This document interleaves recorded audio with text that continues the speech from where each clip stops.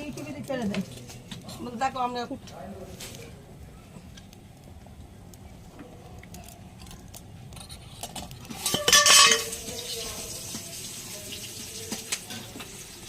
কি রান্না হচ্ছে এর মধ্যে? আজকে খিচুড়ি করছি, ডাল আলু গোস দিয়ে। কালকের একটু ভাত বেঁচে ছিল, সেই ভাতটা দিয়ে ভাবলাম একটু আজকে খিচুড়ি করে দিই।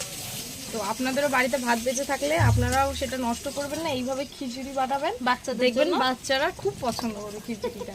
এটা আমরা আমাদের মায়ের কাছ থেকে শিখেছি। খালার সাথে আগে দে। এই যে আমার মা এখানে রান্না করছে। আজকে তেলাপিয়া মাছ দিয়ে বেগুন রান্না হচ্ছে, চিংড়ি দিয়ে এঁচড় করছে মা। আর এখানে আমার বোন আর আমার মেয়ে একদিন আমার মুখটা কি ছোট্ট চড়ি ভাতি রান্না করছে।